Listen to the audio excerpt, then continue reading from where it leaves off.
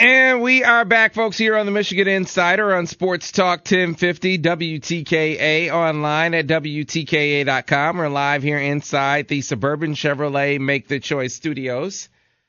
Top of the 8 o'clock hour every Tuesday during basketball season, we talk to Michigan women's basketball coach Kim Barnes-Arico. Well, guess what? Their basketball season is still going on. They're still alive in the WNIT. 2 impressive victories thus far. They blew out their first 2 opponents, Cleveland State and Toledo. And to recap those victories with us and look ahead to Thursday's matchup with Mizzou is Michigan women's basketball coach Kim Barnes-Arico. Coach, good morning. Good morning, Sam. Well, Coach, great start to the postseason. I know we talked about turning the page and getting ready for this opportunity. And your team, let's start there, Coach, because, there's always that moment where your team has to adjust and get ready for the WNIT, and your team did that in resounding fashion. Yeah, after we lost in the Big Ten tournament, we just refocused, and our kids still wanted to play. They want to continue to play, and they wanted to try to win a championship and hang a banner, something that's never been done with Michigan women's basketball. So our seniors have led the way, but really our younger kids have stepped up, and practices have been tremendous, and we're still continuing to improve. So it's been great to get back out there, and we've had 2 really good wins. Yeah, no doubt. And so let's start off first with the 72 to 50 victory over Cleveland State last Wednesday. Coach, boy, you jumped out to a 21-3 lead and never looked back. Yeah, it was a great start, and we switched up the lineup, and we had a couple of new starters in there. We gave some of the freshmen an opportunity, and we based it on how our 10 practices prior to that game were, and we just came out really focused, playing extremely hard, defending. Obviously, we held them to 3 points early on. We did a great job and jumped on them early, and it was a great victory. All right, and so some of the individual performances, of course, you got 18 points from Saisha, who's did her thing as always, but Madison Rostovsky had a really, really good shooting night for you that night.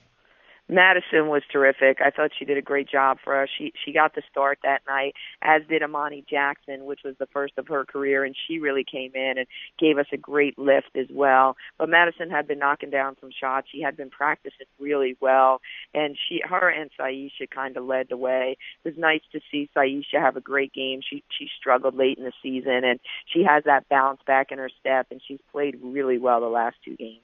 So, Coach, tell us what Amani brings to the table. What does she bring to your lineup? What did you see in practice that said, hey, we need to put her in the starting lineup? She was practicing extremely hard. She was rebounding the basketball really, really well, and that kind of gave us the opportunity to go with a bigger lineup, and we moved Nicole back to the guard spot. So we really had a great defensive team out there as well as a rebounding team. She finishes well around the basket. She made some plays for us, and it was just great to see her bounce, and she's super athletic, and she's long, and she rebounds, she blocks shots. So it was a different look than we had gone to in the past, and we were a much bigger team, and it really was a great matchup for us that night. All right, so, Coach, you go from there, taking on Cleveland State at the Chrysler Center to having to go down to Toledo. Short trip, but it's still on the road. Facing Toledo at their place, and you took them out last night, 74 to 58. Take us through that one.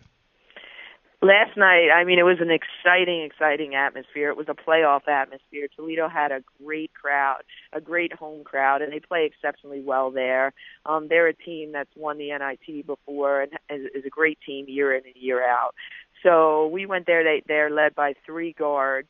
And we switched the starting lineup again last night. Shannon Smith went back in the lineup as Maddie stayed in the lineup. And Saisha came out of the gates and really set the tone for us early. And it was kind of a battle back and forth.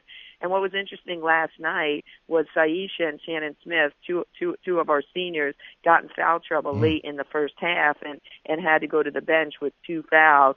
And with 4 minutes to go, we finished the half on a 16-0 run with 2 freshmen, a sophomore, a junior, and 1 senior out on the floor.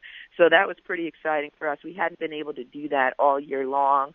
Anytime Saisha or Shannon got in foul trouble, we really struggled. And I thought last night we really took positive steps and did a great job when they were out of the game. Yeah, that's without question a major sign of growth for this team, because I remember talking earlier in the season about when Saisha gets in foul trouble, not only does it knock her off kilter, it knocks you guys as a team off kilter, but you got 45 points off the bench from Sierra Thompson and Caitlin Flaherty combined, and Caitlin started out 8 for 8 from the field, Coach?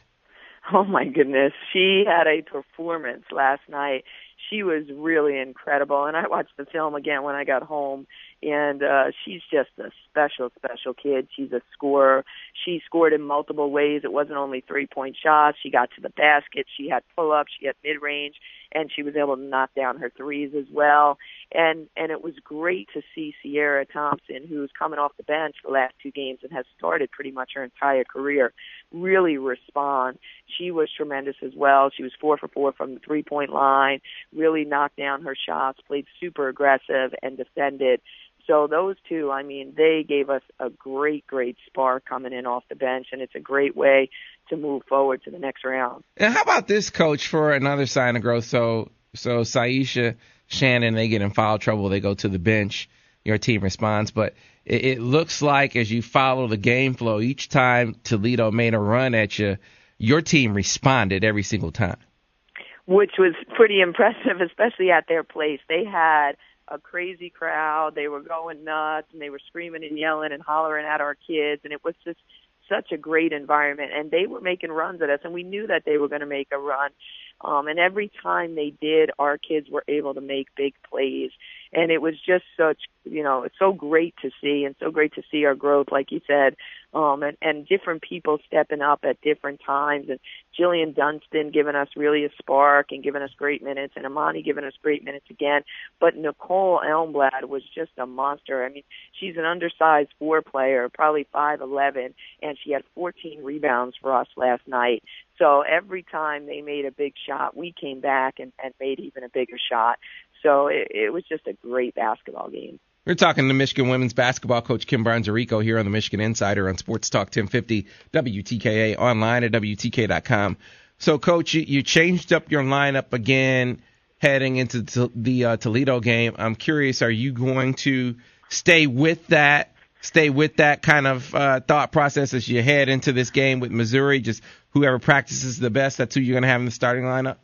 I think that's really worked for us well the last couple games, and I think it's really making our practices super competitive and super focused. And it's also given the kids an opportunity to believe that their hard work and their commitment is really going to pay off and give them an opportunity to get on the court. So it's been a positive for us, and it's really extended our rotation and given Saisha and Nicole some minutes to rest. So, I think we're going to continue that way. Sierra Thompson and Caitlin Flaherty are coming off 2 really good games, so it'll be interesting to see how they practice today. But there's going to be opportunity for everybody to get some minutes going into Thursday's game. And, Coach, I know it's all about the here and now. We'll get into Missouri here momentarily, but I'm just curious, is this a practice philosophy that you can sustain over a course of an entire season, or is this just something you're doing just for now? Oh, my goodness, Sam, I don't know. I don't know if we can sustain this throughout the whole season, but I think, late in the year we got a little flat, and probably our seniors got a little worn down, too, because they were playing so many minutes. And just the last couple of weeks, the opportunity to mix up practices, to give our younger kids an opportunity to get some playing time and to really have them improve during practices has worked out really well. And given Saisha, Nicole, and Shannon an opportunity to rest their legs a little bit, and they've come out with a lot more bounce the last couple games, getting that extra rest. So as long as our younger kids continue to improve and really do a great job when they're out there, I think it provides us the opportunity to go deeper into the rotation, which has really worked out well. Right, it certainly has, as evidenced by your advancement in the WNIT. Hosting Missouri now, folks, Thursday at 7 o'clock. Tickets go on sale this morning. They're $7. They're running an offer, bring a kid to the game. It's a promotion where a kid can get a half-price ticket with the purchase of an adult ticket. U of M students are free. U of M staff can get free admission the first 300. So, again, if you can make it out, support the Maize and Blue, bring a great atmosphere, you can help them advance even farther in the WNIT. But, Coach, tell us about Missouri. What do the Tigers bring to the table? Missouri's a great team. They're coming off 2 really good wins in the NIT, and they had a great run in the SEC as well. And they have a player on their team that's coming off a game where she made 9 threes. So they really move the ball well. They play a 5-out motion type offense. They try to wear you down. They hold it sometimes through the entire shot clock. They're a disciplined team. And they're used to playing on the road. Both of their games have been on the road. So they'll be definitely a tough matchup for us and a different type of team than we faced recently.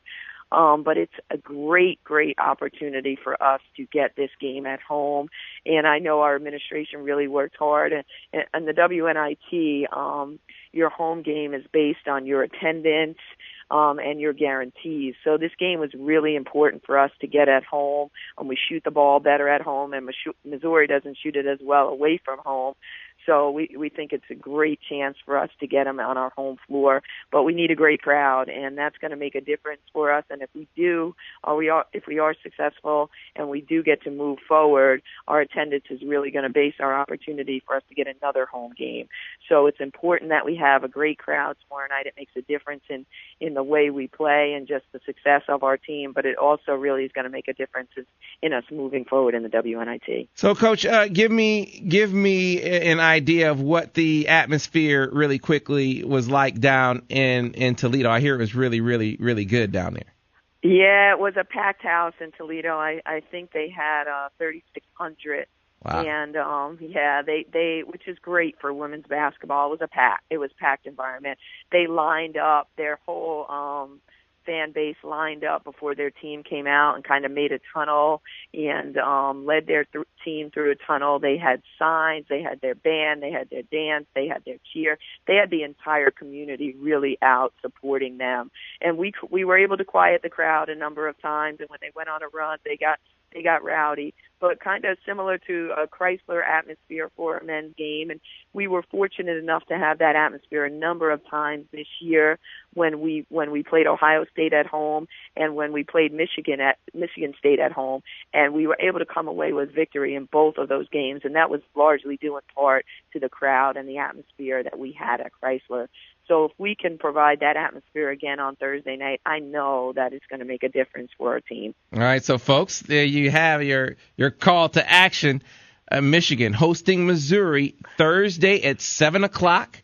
Want that crowd to come out, support the Maize and Blue. Tickets go on sale this morning. They're $7. They're also running an offer, bring a kid to the game, where a kid can get a half-price ticket with the purchase of an adult ticket. U of M students, you're free. Michigan staff can get free admission the first 300. So come on out, help make it a really raucous environment over at the Chrysler Center for Michigan's game in the WNIT versus Missouri. Well, Coach, thanks a lot for joining us this morning. Good luck on Thursday, and we will talk to you again next week. Thank you so much, Sam. All right, that was Michigan women's basketball coach Kim Barnes-Arico.